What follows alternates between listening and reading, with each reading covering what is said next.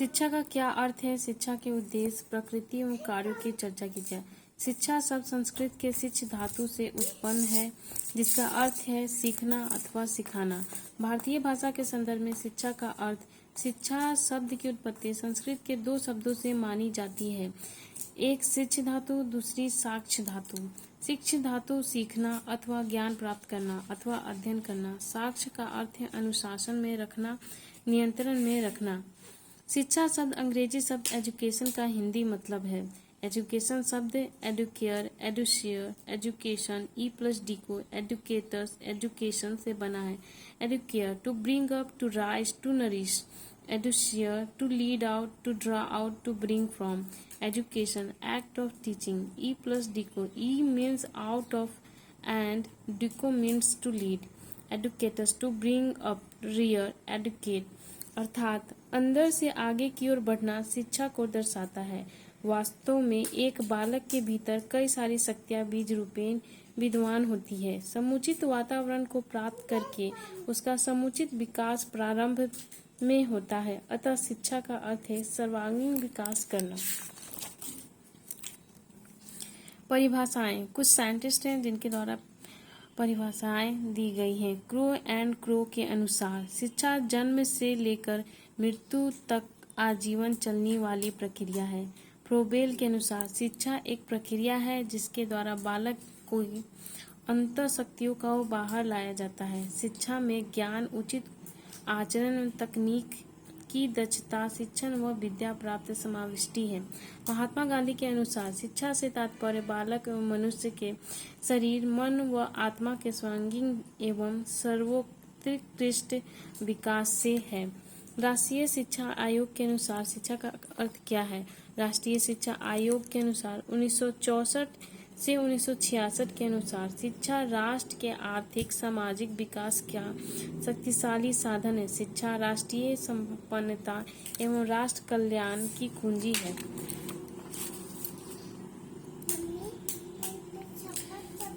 शिक्षा के उद्देश्य, चरित्र निर्माण एवं विकास का उद्देश्य सामाजिक अथवा धार्मिक जीवन में व्यक्ति का चरित्रवान होना आवश्यक है। मानव को मानव बनकर रहना सीखना शिक्षा का उद्देश्य है। शारीरिक विकास का उद्देश्य, बालक का शारीरिक विकास शिक्षा स्वयं नहीं करती बल्कि शिक्षा शरीर के विकास में सहायता अवश्य करती है।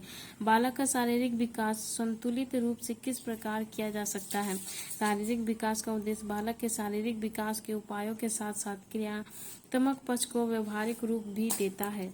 ज्ञान संबंधित उद्देश्य, विवेकशील पुरुष का सर्वत्र सम्मान होता है। शिक्षा का उद्देश्य बालक को विभिन्न विषयों के बारे में विस्तृत ज्ञान प्रदान करता है। जीवों को पार्जन का उद्देश्य, मनुष्य की 3 मूल आवश्यकताएं हैं, भोजन, वस्त्र, मकान। आधुनिक युग में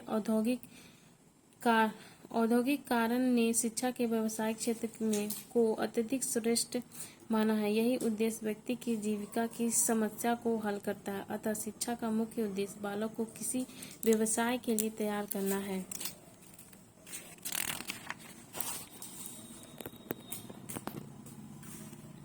सांस्कृतिक विकास का उद्देश्य, शिक्षा एक ऐसा माध्यम है जिसके आधार पर किसी देश की संस्कृति का विकास होता है, जो शिक्षा के माध्यम से एक पीढ़ी से दूसरी पीढ़ी में हस्तांतरित की जाती है। नागरिकता का उद्देश्य, नागरिकता के रूप में प्रत्येक व्यक्ति के कुछ अधिकार और कुछ कर्तव्य होते हैं। उनमें कुछ विशेष गुणों के होने की आशा की जाती है और यह भी आशा की जाती है कि उसे राजनीतिक, सामाजिक और आर्थिक जीवन से संबंध रखने वाली बातों के ज्ञान की ओर उन्हें इन बातों की जानकारी करना नागरिकता की शिक्षा के अंतर्गत आता है। अवकाश के उपयोग का उद्देश्य मानव जीवन का बहुत महत्व है, अतः खाली समय में बालकों को रचनात्मक कार्यों के लिए प्रतिरक्षण देना चाहिए और उनकी रुचियों को संगीत, कला एवं नृत्य आदि की ओर मोड़ देना चाहिए। संतुलित विकास का उद्देश्य, शिक्षा का मुख्य उद्देश्य है संतुलित विकास का उद्देश्य। संतुलित विकास के लिए शिक्षा का उद्देश्य उसकी शारीरिक, मानसिक, नैतिक, भावनात्मक आदि पक्षों को विकसित करना है। व्यक्ति की शक्तियों तथा क्षमताओं को संतुलित विकास आवश्यक है।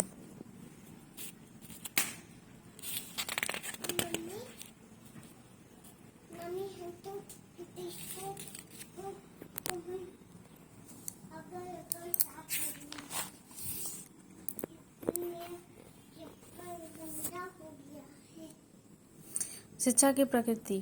शिक्षा सामाजिक प्रक्रिया है, सोशल प्रोसेस ऑफ एजुकेशन। शिक्षा की सामाजिक प्रक्रिया है। शिक्षा सामाजिक प्राणी होने के नाते समाज का एक अभिन्न अंग है। मनुष्य के व्यवहार में परिवर्तन एवं शिक्षा दोनों ही सामाजिक प्रक्रिया के रूप में होती है। सामाजिक आवश्यकताओं के अनुसार ही छात्र के विचारों तथा व्यवहार में परिवर्तन आता है। शिक्षा के द्वारा ही छात्रों को सामाजिक विकास संभव है। शिक्षा गतिशील प्रक्रिया है, डायनामिक प्रोसेस ऑफ एजुकेशन। समय के अनुसार शिक्षा एजुकेशन में भी परिवर्तन होता रहता है। शिक्षा के उद्देश्य, शिक्षण विधि, पाठ्यक्रम में भी परिवर्तन होते रहते हैं। ज्ञान और शिक्षा एक पीढ़ी से दूसरी पीढ़ी की ओर बढ़ती रहती है। शिक्षा की गतिशीलता के कारण ही हम प्रगति की ओर बढ़ सकते हैं। यही शिक्षा की गतिशीलता है। शिक्षा ध्रुवीय प्रक्रिया है, एजुकेशन बाइपोलर प्रोसेस है। शिक्षा के दो ध्रुव माने जाते हैं। पहला क्या है? शिक्षक, दूसरा शिक्षार्थी यानी कि स्टूडेंट। शिक्षा की प्रक्रिया में दोनों का ही होना आवश्यक है। शिक्षक प्रभावित करता है और शिक्षार्थी उससे प्रभावित होता है। शिक्षक क्या करता है? प्रभावित करता है और शिक्षार्थी उससे प्रभावित होता है। शिक्षा के कार्य क्या क्या हैं? अब हम देखेंगे शिक्षा के कार्य क्या क्या हैं। महत्व की दृष्टि से शिक्षा के कार्य निम्नलिखित बिंदुओं में विभक्त हैं, जैसे कि पहला, व्यक्ति संबंधी कार्य, आंतरिक व्यक्तित्व का विकास करना, संपूर्ण व्यक्तित्व का पूर्ण विकास, नैतिक उत्थान करना, मानवीय गुणों का विकास करना, आत्मनिर्भर बनना, आवश्यकता की पूर्ति में सक्षम बनना, जन्मजात प्रकृतियों में सुधार, समाज संबंधी कार्य, प्राचीन साहित्य का ज्ञान, कुरीतियों के आवरण में सहायक, सामाजिक भावना का विकास, धर्मों के विषय को जान सकता है। राष्ट्रीय संबंधी कार्य क्या क्या है? भावनात्मक एकता का विकास करना, कुशल नागरिक, राष्ट्रीय विकास, राष्ट्रीय एकता, राष्ट्रीय अनुशासन, अधिकार एवं कर्तव्य का ज्ञान। ये बहुत ही इम्पोर्टेंट क्वेश्चन है जो लगभग हर साल बीएड के एग्जाम्स में पूछे जाते हैं। एक बार फिर से हम दिखा देते हैं।